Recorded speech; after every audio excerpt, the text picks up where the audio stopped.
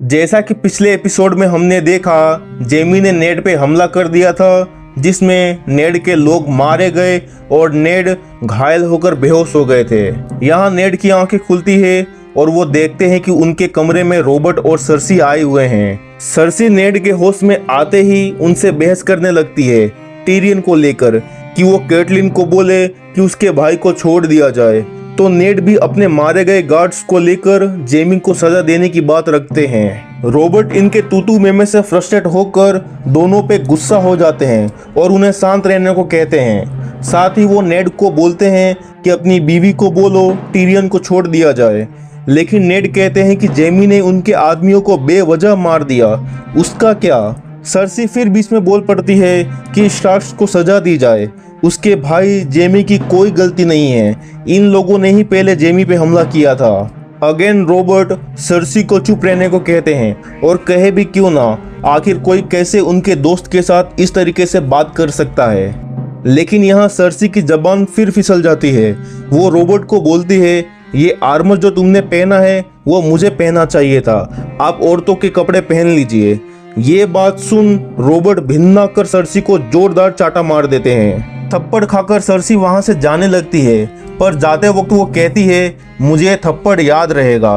आगे जाकर रॉबर्ट को ये थप्पड़ बहुत भारी पड़ने वाला है। खैर सर्सी के जाने के बाद रॉबर्ट नेड से अगेन कहते हैं कि टीरियन को छोड़ दे। तब नेड मान जाते हैं, पर कहते हैं कि वो अभी विंटरफेल जाकर सब कुछ सही कर देंगे। लेकिन रॉबर्ट कहते हैं नहीं, तुम यहीं से एक रेवन भेजोगे, यहाँ मुझे तुम्हारी जरूरत है। नेड पूछते हैं कि आखिरकार रॉबर्ट को लैनिस्टर्स के सामने झुककर क्यों रहना पड़ता है, वो खुद 7 राज्यों के महाराज है, वो जेमी को पकड़ने से मना क्यों कर रहे हैं। तब रॉबर्ट फाइनली एक्सेप्ट करते हैं कि उन्हें राज्य को चलाने के लिए लैनिस्टर्स की जरूरत पड़ती है, उनके बगैर ये राज्य नहीं चल सकता। ऐसा कहकर रॉबर्ट वहां से नेड से अलविदा लेते हैं, क्योंकि वो शिकार पर जा रहे थे, जो कि इस नाजुक माहौल में नहीं जाना चाहिए था। मगर जाते वक्त वो नेड को दोबारा हैंड ऑफ द किंग बना देते हैं, ताकि उनकी गैर मौजूदगी में एक तो वो राज्य को चला सके और नेड पे कोई हाथ तक ना उठा सके। उधर वास धोत्राक में डेनेरिस पता नहीं क्यों उन 3 ड्रैगन के अंडों में से एक को जलते हुए कोयले पे रख देती है। वो उस जलते हुए एक को जैसे ही हाथों में उठाती है, उसी समय उसकी एक दासी देख लेती है। वो दौड़ते हुए आती है और डेनेरिस के हाथों से वो गरम ड्रैगन एग ले लेती है। डेनेरिस देखती है उस गरम एग के कारण उसकी दासी का हाथ तो जल गया है, लेकिन उसके हाथों में एक खरोच तक नहीं आई है। तभी हम विंटरफेल में ब्रैन के सपने में देखते हैं, जिसमें वो अगेन उन 3 आंखों वाले रेवन का पीछा करता दिखता है, पर इस बार ब्रैन हिम्मत करके उस रेवन का कुछ दूर और पीछा करता है, लेकिन इस बार भी उसकी आंखें खुल जाती है। आंखें खुलते ही ब्रैन के सामने होडोर आ जाता है, उसके लिए सैडल लेकर, जिसे बनाने का ब्लूप्रिंट टीरियन ने दिया था। ब्रैन चल फिर तो नहीं सकता, लेकिन वो इस सैडल की मदद से घुड़सवारी जरूर कर सकता है, और वो कर भी रहा था, जिसमें उसे काफी मजा आ रहा था। यहाँ थियोन ग्रेजोए रोब को सलाह देता है कि उसे कैस्टरली रॉक यानी लैनिस्टर्स के किले पे हमला करना चाहिए, क्योंकि उन्होंने रोब के पिता यानी नेड स्टार्क पर हमला करके उन्हें घायल कर दिया था। तो रोब जवाब देता है, तुम्हें ज्यादा सोचने की जरूरत नहीं, ये तुम्हारा घराना नहीं है। ये सुन थियोन रोब से थोड़ा नाराज हो जाता है। तभी रोब नोटिस करता है कि वहां से ब्रैन गायब हो गया है। वो थियोन से इस बारे में पूछता भी है, तो थियोन बोलता है तुम्हारा हाउस है, तुम जानो, तुम टेंशन लो, मैं तो जा रहा हूँ। ऐसा बोलकर थियोन वहां से चला जाता है। कुछ देर ढूंढने के बाद रोब देखता है ब्रैन को जंगलियों ने पकड़ लिया है। रोब बारी बारी करके सारे जंगलियों को मार देता है, पर उनमें से एक ब्रैन के गले पर चाकू रख देता है, और साथ ही रोब भी एक जंगली औरत को पकड़ लेता है। तभी पीछे से थियोन एक तीर से उस जंगली को निपटा देता है, जिससे ब्रैन की जान बच जाती है। साथ ही रोब ने जिस जंगली औरत को पकड़ा था उसे वो छोड़ देता है। तो थियोन बोलता है लगी तो नहीं ना, ये मत भूलो कि ब्रैन की जान मैंने बचाई है। इस सीन से हमें ये पता चलता है कि थियोन भले ही दुश्मन का बेटा हो, पॉलिटिकल हॉस्टेज हो, पर अभी भी वो स्टार्क्स को अपना भाई मानता है। रोब थियोन को इग्नोर करते हुए नोटिस करता है कि आखिर ये जंगली दीवार के इस पार आए कैसे, और किस चीज से ये बचकर साउथ की ओर भाग रहे हैं। अब नेरो सी के उस पार एसोस में एक रिचुअल चल रहा होता है जिसमें डिनेरियस खाल ड्रोगो और धोतराकियों के सामने घोड़े का दिल कच्चा खा रही होती है। साथ ही वहाँ एक पुजारन धोतराकियों की एक ओल्ड प्रोफेसी को दोहरा रही होती है कि एक दिन एक ऐसा बच्चा आएगा जो सारे खाल्स और धोतराकियों को एक करेगा और पूरी दुनिया पे राज करेगा। यह डिनेरियस एक स्पीच देती है कि उसका और खाल ड्रोगो का बच्चा ही उस प्रोफेसी को पूरा करेगा, जिसे सुन सब डिनेरियस को चीयर अप करने लगते हैं। ये देख विसेरस समझ जाता है कि खाल ड्रोगो अब उसे कभी अपनी आदमी नहीं देगा, स्पेशली जब उसका बच्चा हो जाएगा तब तो बिल्कुल ही नहीं। इसीलिए वो डिनेरियस के तीनों ड्रैगन अंडों को चुराकर भागने की फिराक में होता है। तब जोरा मोरमोंट विसेरस को कन्फ्रंट करते हैं कि ये अंडे डिनेरियस के हैं, वो इसका क्या करेगा। तो विसेरस बोलता है भले ही ये अंडे अब किसी काम के नहीं हैं, पर है तो एक ड्रैगन एग ही, इसकी कीमत बाजार में काफ़ी है। एक से वो नावें खरीदेगा और दूसरे से वो आर्मी। तब जोरा बोलते हैं तो तीसरे अंडे को क्यों ले जा रहे हो। पर विसेरस तो वहां से निकलने के फिराक में था, लेकिन सर जोरा उन अंडों को विसेरस को चुराने नहीं देते और गुस्से में विसेरस उन अंडों को वहीं फेंक कर बाहर चला जाता है। वेस्टरोस के वेल राज्य में टीरियन अभी भी उसी स्काई जेल में बंद है। सोते सोते वो लुढ़क कर एकदम एज तक आ जाता है, मगर सही समय पे उसकी आंखें खुल जाती है और वो बच जाता है। जेल में पड़े पड़े टीरियन की हिम्मत जवाब देने लगती है। वहाँ वो एक गार्ड जिसका नाम मोल्ड है उसे सोने का लालच देकर लेडी लाइसा तक एक संदेश पहुंचाने को कहता है। टीरियन ये संदेश पहुंचाता है वो अपने गुनाहों को कबूल करने के लिए तैयार है। लाइसा तक ये संदेश पहुंचता है और टीरियन को सबके सामने पेश किया जाता है।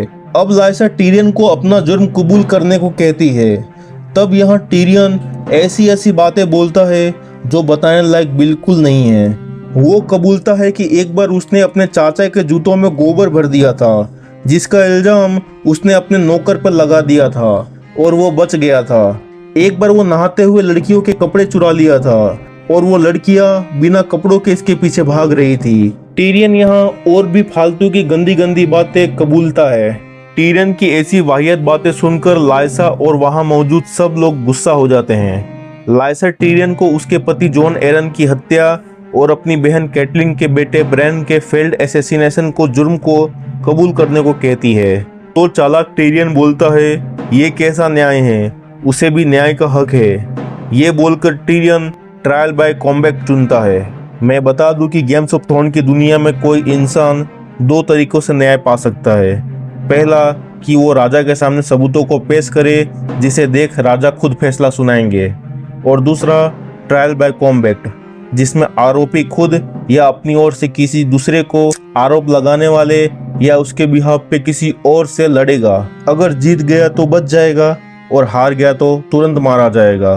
टीरियन अपनी जगह अपने भाई जेमी लेनेस्टर को लड़ने की बात करता है तो लाइसा बोलती है कि किंग्स लैंडिंग यहाँ से मीलों दूर है और उसे यहाँ आने में कई दिन लगेंगे, इसीलिए न्याय होगा तो अभी ही। टीरियन वहीं खड़े गार्ड्स और लोगों में से अपने लिए लड़ने को पूछता है, पर ऑब्वियस सी बात है जिस लेनिस्टर्स ने उसके राजा को मारा है उनमें से उसके लिए कौन लड़ेगा। मगर वहां खड़ा एक शख्स ब्रॉन वो टीरियन का साथ देने के लिए राजी हो जाता है। फाइनली टीरियन का चैंपियन ब्रॉन और लाइसा के चैंपियन के बीच ड्यूल छिड़ जाता है। ब्रॉन यहाँ मोरल वैल्यूज को दरकिनार कर ड्यूल के रूल्स के खिलाफ बिलो द बेल्ट अपने ओपोनेंट पर अटैक करके ड्यूल जीत जाता है, यानी टीरियन बच जाता है। वो कैटलिन से अपना सामान वापस मांगता है जिसमें सोने के सिक्के थे। वादे के मुताबिक वो सोने के पोटली को मोल्ड को देकर वहां से बच के निकल जाता है और बेचारी कैटलिन और लाइसा देखती रह जाती है। दूसरी तरफ हम देखते हैं कि रॉबर्ट बैरेथियन शिकार पर निकले हुए हैं और उनका नौकर लैंसन लैनिस्टर उन्हें बार बार शराब पिला रहा है। शिकार के खोज में चलते चलते रॉबर्ट पुराने दिनों की बातें करने लगते हैं और इन बातों में वो ज़्यादातर अपनी जवानी की दिनों की मज़े की बातें करते हैं, लड़कियों की बातें करते हैं। लेकिन रॉबर्ट का भाई रेनली जो गे है इन सब बातों से चिढ़ जाता है और रॉबर्ट से बदतमीजी कर देता है। तो रॉबर्ट भी रेनली को बोल देते हैं भले ही मैं तुम्हारा भाई हूँ पर ये मत भूलो कि मैं तुम्हारा राजा भी हूँ। रेनली रॉबर्ट से नाराज होकर दूसरी तरफ चला जाता है, पर इस दौरान भी लेंसेल लगातार रॉबर्ट को शराब पिला रहा होता है। क्यों, वो हमें आगे पता चलेगा। उधर रॉबर्ट की गैर हाजिरी में नेड राज्य को संभाल रहे हैं। उनके पास रिवर रन के कुछ गांव वाले आते हैं। वो रोते हुए बताते हैं कि कुछ लोग उनके फसलों और घरों को जलाकर चले जा रहे हैं, मगर हैरत की बात यह है कि उनमें से कोई लूटपाट नहीं कर रहा है। वो लोग नेड को ये भी बताते हैं कि उन बदमाशों का लीडर एक लंबा चौड़ा पहाड़ जैसा दिखने वाला आदमी है। नेड तुरंत समझ जाते हैं कि यह लैनिस्टर्स का पालतू द माउंटेन है। वो तुरंत माउंटेन को सभी पदों से हटाते हैं, उसका नाइटवुड वापस लेते हैं और साथ ही लॉर्ड बेरिक को अपने साथ 100 लोगों को ले जाकर माउंटेन को पकड़कर सजाए मौत देने का आदेश देते हैं और आदेश देते हैं कि टाइविन लैनिस्टर जल्द से जल्द कोर्ट में पेश हो और गांव वालों के नुकसान की भरपाई करे। पाइसिल नेड को समझाते भी हैं कि नेड को ऐसा नहीं करना चाहिए। टाइविन लैनिस्टर लैनिस्टर्स का हेड है, 7 राज्यों का सबसे अमीर शख्स है और राजधानी पे उनका मिलियंस का कर्जा है। पर नेड उनकी एक नहीं सुनते, क्योंकि नेड के लिए मोरल्स, रिस्पॉन्सिबिलिटी, सच्चाई और इंसाफ पैसों और सोने से बढ़कर है। अगले सीन में जोफ्री सेंसा के पास आता है और उसे सुंदर सा नेकलेस पहनाते हुए कहता है, पिछले कई दिनों से मैंने तुम्हारे साथ बुरा बर्ताव किया है, मगर मैं ये वादा करता हूँ कि आज से मैं ऐसा नहीं करूँगा। मैं तुम्हें अच्छे से ट्रीट करूँगा, खुश रखूँगा। सेंसा को तो बस यही सब चाहिए था, एक राजकुमार से शादी, क्वीन बनना और राजा के बच्चे पैदा करके देना। इसीलिए वो जोफ्री का ये व्यवहार देख पागल हो जाती है। सचमुच का नहीं। थोड़ी देर बाद नेड सेंसा एंड आर्या को बुलाकर कहते हैं जितनी जल्दी हो सके वो दोनों बहनें अपना सामान पैक कर ले। वो उन दोनों को विंटरफेल वापस भेज रहे हैं, पर आर्या बोलती है वो यहीं रहेगी, सीरियोफॉयल के साथ तलवारबाजी सीखेगी। तो सांसा बोलती है तुम्हारी तलवारबाजी को किसको पड़ी है, मुझे तो जोफ्री के साथ शादी करना है, उसे उसी की तरह सुनहरे बालों वाले बच्चे देने हैं। बोलो, स्टार्क्स और लैनिस्टर्स में लगभग वॉर होने वाला है और इन दोनों को तलवारबाजी और शादी की पड़ी है। पर नेड सेंसा के शब्दों को नोटिस करते हैं। वो तुरंत ही उस हिस्ट्री वाले किताब में बेरेथियन लीनियज का पन्ना पढ़ने लगते हैं, जिसमें उन्हें ये पता चलता है कि तब से लेकर आज तक जितने भी बेरेथियन लॉर्ड्स हुए हैं, उनके बच्चे हुए हैं, उन सब के बाल काले हैं। इवन रॉबर्ट के भी, उनके दोनों भाई रेनली एंड स्टेनिस बराथियन के भी, सिवाय रॉबर्ट के तीनों बच्चों के, जिनके बाल सुनहरे हैं। फिर सीन शिफ्ट होता है एसोस में, जहां खाल ड्रोगो और डेनेरिस के होने वाले बच्चे की खुशी में पार्टी चल रहा होता है। तभी वहां विसेरस नशे की हालत में आकर तमाशा करने लगता है। खाल ड्रोगो विसेरस को एक तरफ बैठकर पार्टी एंजॉय करने को भी कहता है, मगर विसेरस ये बोलता है कि वो राजा है, उसकी जगह कोने में नहीं है, कहाँ है उसका गोल्डन क्राउन। और नशे की हालत में विसेरस डेनेरिस के पेट पे तलवार रखकर ड्रोगो से बोलता है कि उसे डेनेरिस का पेमेंट नहीं मिला है, यानी उसने जो अपनी बहन की शादी खाल ड्रोगो से करवाई थी इस शर्त पे कि खाल ड्रोगो उसे अपने 40,000 घुड़सवार देगा, वो अभी तक नहीं हुआ है। इसीलिए वो डेनेरिस को वापस ले जा रहा है।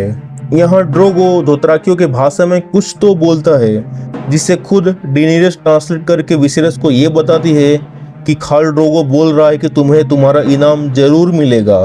तभी ड्रोगो के आदमी विसेरस को पकड़ लेते हैं और ड्रोगो सोने के ज्वेलरीज को पोट में डालकर पिघलाने लगता है।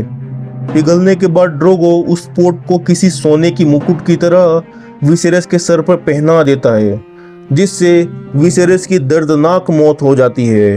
अगर विसेरस थोड़ा और सब्र कर लेता तो शायद वो पूरा वेस्टरोस पे राज करता। खैर, डेनेरिस अपने भाई को बिना पल के झपकाए मरता हुआ देख बोलती है ये असली ड्रैगन नहीं था।